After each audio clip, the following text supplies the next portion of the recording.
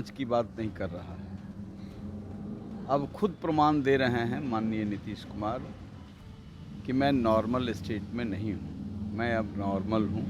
ये खुद प्रमाण दे रहे हैं और ये बात विपक्ष के लोग नहीं कह रहे हैं, पूरी दुनिया कह रही है। राम मांझी पर माननीय मंत्री तत्कालीन पर दबाव बनाया गया कि आप इस्तीफा कर दीजिए और मैंने मांझी जी को कहा कि आप इस्तीफा मत कीजिए, इनको पूरा कैबिनेट भंग करना पड़ेगा, ये फोर्स नहीं कर सकते हैं, ये एक साजिश है। बिहार के मुख्यमंत्री नीतीश कुमार ने जीतन राम मांझी को लेकर जो बातें कहा कि हमने उसको मुख्यमंत्री बनाया और आज लोग इसको मुख्यमंत्री कहते हैं, और जीतन राम मांझी यह कह रहे हैं कि नीतीश कुमार के खाने में जहरीली पदार्थ मिलाई जा रही है। इस बात को सबसे पहले पूर्व सांसद डॉक्टर अरुण कुमार ने कहा था और अब सभी जो विपक्ष के नेता हैं वो इस बात को कह रहे हैं। हम बात करेंगे, हमारे साथ पूर्व सांसद डॉक्टर अरुण कुमार हैं।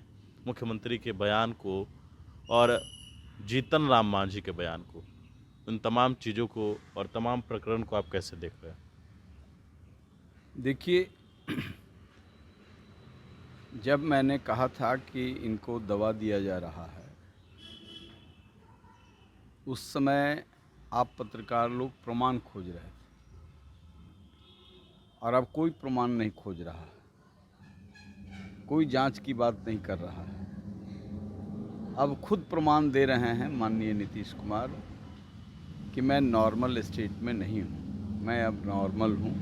ये खुद प्रमाण दे रहे हैं और ये बात विपक्ष के लोग नहीं कह रहे हैं, पूरी दुनिया कह रही है। अमेरिका की एक बहुचर्चित सिंगर ने कहा है कि यदि मैं बिहार की होती तो मैं इनके खिलाफ विद्रोह करता।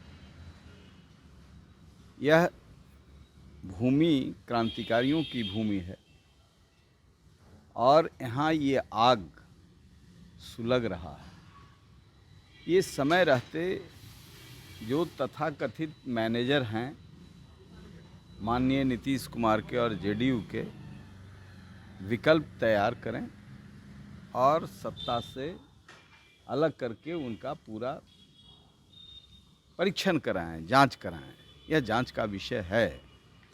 और जो आदमी, चाणक्य की यह भूमि है, चाणक्य ने कहा है कि राजा यदि मानसिक रूप से विक्षिप्त हो और शारीरिक रूप से कमज़ोर हो तो उसे शीर्ष मौके पर नहीं रहना चाहिए, यानी मुख्यमंत्री के पद पर नहीं रहना चाहिए।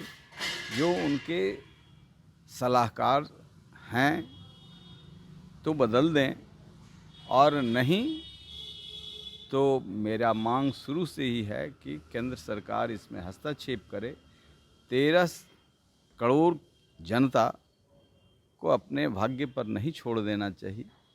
एक सिस्टम के लिए यह कलंक हो गया, यह वक्तव्य कलंक हो गया, सिस्टम के लिए ही नहीं, लोकतंत्र की मंदिर में जिस तरह के बयानात किए गए, यह दुर्भाग्यपूर्ण ही नहीं है, यह कलंक है भारतीय संसदीय इतिहास में। और सनातन जो हजारों वर्ष से मूल्य, विचार, संस्कार और संस्कृति के लिए जाना जाता है, ये तार तार हो गया है। इसलिए इनसे जल्दी मुक्ति का रास्ता केंद्र सरकार को निकालना चाहिए। नहीं, उन्होंने कहा है कि जीतन राम मांझी जो सवाल खड़े कर रहे थे, जाति आधारित गणना, जो आरक्षण बढ़ाए गए, उस मुद्दे को लेकर मांझी जी विरोध कर रहे थे और उसको लेकर मुख्यमंत्री नीतीश कुमार ने कहा कि उसको कुछ आता नहीं है, कुछ ज्ञान नहीं है। देखिए, वो एंटी दलित उनका स्टैंड हमेशा रहता है। वो चाहते हैं, आप कभी देखा है कि तो मुख्यमंत्री कैसे बनाया जब एंटी दलित रहते हैं? मैं बताता हूँ, धैर्य रखिए। जब कुछ जानना चाहते हैं तो धैर्य रखिए। जब सरकार बन रही थी, हम लोग 12 साल संघर्ष करके नीतीश कुमार को सत्ता की कुर्सी पर बैठाने का काम किया था।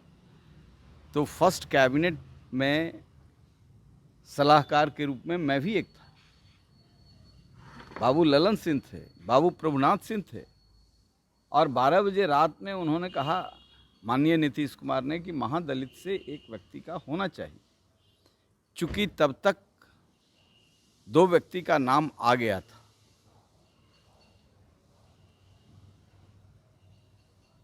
रामाश्रय बाबू का और मेरे छोटे भाई अनिल कुमार का नाम आ गया था। मैंने अनिल कुमार का नाम नहीं लिया था, बाबू प्रभुनाथ सिंह ने नाम लिया था। कई बार कोशिश किया कि मेरे मुंह से कहवाया जाए, लेकिन सुबह सुबह तक मैंने नाम नहीं लिया था। ये प्रस्ताव खुद माननीय नीतीश कुमार ने रखा कि एक महादलित का होना चाहिए, और वो उत्तर बिहार से खोज रहे थे। हमने कहा बिहार का एक पढ़ा लिखा और सबसे काबिल व्यक्ति जो अभी हमारे पार्टी से एमएलए हैं, इनको बनाना चाहिए। जीतन राम मांझी हैं तो उनके दरबारी जो कॉटरी, जिनका इंटरेस्ट पहले से अच्छा नहीं था कि ये लोग आएंगे तो अरुण कुमार का या दूसरी जमात का जो नीति मूल्य की बात करते हैं उनका वर्चस्व बढ़ेगा। रामाश्रय बाबू हो गए, अनिल जी हो गए, जीतन राम मांझी भी आएंगे तो और हो जाएगा। इसलिए उन्होंने कहा नहीं, उन पर केस है। तो रात में ही एक गया के सबसे बड़े वकील जो चिताब सरघाटी के थे, अब नहीं रहे, उनसे मेरे पारिवारिक रिश्ते थे। मैंने फ़ोन किया और नीतीश कुमार जी से बात करवाया। उन्होंने कहा कि यह केस दो व्यक्ति पर था, कि इनके कैबिनेट मिनिस्टर जयप्रकाश यादव पर और जीतन राम मांझी स्टेट मिनिस्टर थे। जब कैबिनेट मिनिस्टर पर वह ख़त्म हो गया तो जीतन राम मांझी पर वह स्टैंड नहीं करता है, वह फिल्मजी ग्राउंड पर केस था। आप ओथ करा सकते हैं। इनका ओथ हुआ, लेकिन ओथ होने से बेचैनी और बढ़ गई। जो एंटी दलित लोग हैं कि उनको लगा कि जीतन राम मांझी को दबा के नहीं रखा जा सकता है। पूरे प्रकरण के पीछे ये है। और जब अटल जी ने ओथ करा लिया गांधी मैदान में अपने इनके पूरे कैबिनेट का, तो हमारे पास आए, हम और प्रभुनाथ सिंह वहीं पर थे। हमारे पास आए सीनियर एसपी पटना, अरुण बाबू, आपसे सीएम बात करना चाहते हैं अर्जेंटली। हमने कहा मैं जानता हूं किस लिए बात करना चाहते हैं, मैं बात कर लूँगा। और मैं नहीं गया। और मेरे नहीं जाने के बाद जीतन राम मांझी पर माननीय मंत्री तत्कालीन पर दबाव बनाया गया कि आप इस्तीफा कर दीजिए। और मैंने मांझी जी को कहा कि आप इस्तीफा मत कीजिए, इनको पूरा कैबिनेट भंग करना पड़ेगा, ये फोर्स नहीं कर सकते हैं, ये एक साजिश है, ये अपमान है दलित समाज का। लेकिन सीधे आदमी थे।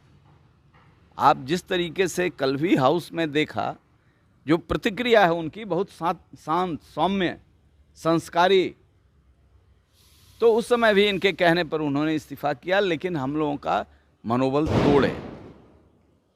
ये तो समझ रहे थे कि हम दलित का चेहरा रख करके चमकाएंगे अपना चेहरा।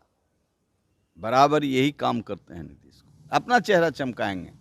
और मैं आपको आज कह दूं कि मांझी जी से मिल करके जब वो मुख्यमंत्री हुए, मैं नहीं अपने काम से कभी नहीं गया, ये मुख्यमंत्री थे जेडीयू के, तो मैं कभी नहीं काम से, मैं सिद्धांत से अपना काम करता हूँ। मैं जानता हूँ कि ये नीतीश कुमार ने इनको गिफ्ट दिया है, लेकिन एक बात के लिए आगाह उनको मैं करते रहा। ये लोग समझ गए कि रबर स्टाम्प रहेंगे, सब कुकर्म हम करा लेंगे इनसे। ये बात उनके मन में था, इनके कॉटरी के मन में था, ये वैसी शक्तियों के साथ था और इसीलिए इनको मुख्यमंत्री बनाया गया। लेकिन हमने सजेस्ट किया फर्स्ट डे कि आप ईमानदार और कमिटेड लोगों का टीम ब्यूरोक्रेट्स में बनाइए, जिसको पैसे का लोभ नहीं हो, जो ज्ञान भी हो। तो वैसे व्यक्ति का नाम दिया और वो बनाए। और मैं बराबर ये आगाह करते रहा कि आप अलर्ट रहिएगा, एक बड़ा लुटेरा टीम इनके साथ है जो इनका दुरुपयोग फर्स्ट डे से कर रहा है। आपका भी ना करे, मुझे और कोई लोभ नहीं है। एक दिन रहिए तो 11 साल रहिए तो अपने कर्म को छोड़ के जाइए। और उन्होंने प्रूव किया, भ्रष्टाचार के पर्दों को खोलना शुरू किया। तब नीतीश कुमार ने देखा कि अरे ये तो बिल से सांप बाहर निकला, ये सांप मानने लगे। कि ये तो सुचिता की और दलित के अधिकारों की बात करने लगे, ये 5 डिसमिल ज़मीन देने की बात करने लगे, ये सभी समाज में चर्चित हो रहे हैं, ये तो विकल्प बन जाएंगे हमारे, इसलिए इनको हटाया जाए। और अभियान चलाया और हटाए गए। तो मूर्खता इन्होंने नहीं किया था, काबिलियत की थी। बहुत चालाकी से, धूर्तता से उनको बनाया था, लेकिन उनको हमारे जैसे लोग अलर्ट कर रहे थे, जो उनके शुभचिंतक हैं, हम हमारे बगल के हैं, अभिभावक हैं, जो कांग्रेस में तब से मेरा रिश्ता है, जो गया में पार्लियामेंट का चुनाव लड़ रहे थे तब से मेरा रिश्ता है, और मेरे पिताजी से पुराना रिश्ता है। इसलिए मेरे पारिवारिक रिश्ते रहे हैं। पार्टी में अलग अलग हम भले रह सकते हैं, लेकिन उनका मैं सम्मान करता हूं। और जिस तरीके से अपमानित किया गया, मैं समझता हूं कि यह संसदीय इतिहास का सबसे बड़ा, यह भी एक ब्लॉट। तो दिन प्रतिदिन वो रोज़ अशोक चौधरी पर श्रद्धांजलि, अशोक चौधरी के श्रद्धांजलि अर्पित करने से लेकर के यहाँ तक रोज़ के रोज़ ये एक्सीडेंट हो रहा है, इसलिए कि उनको दवा दिया जा रहा है। चलिए, तो बिल्कुल हमारे साथ बने रहिए न्यूज़ 4 नेशन के साथ। नमस्कार।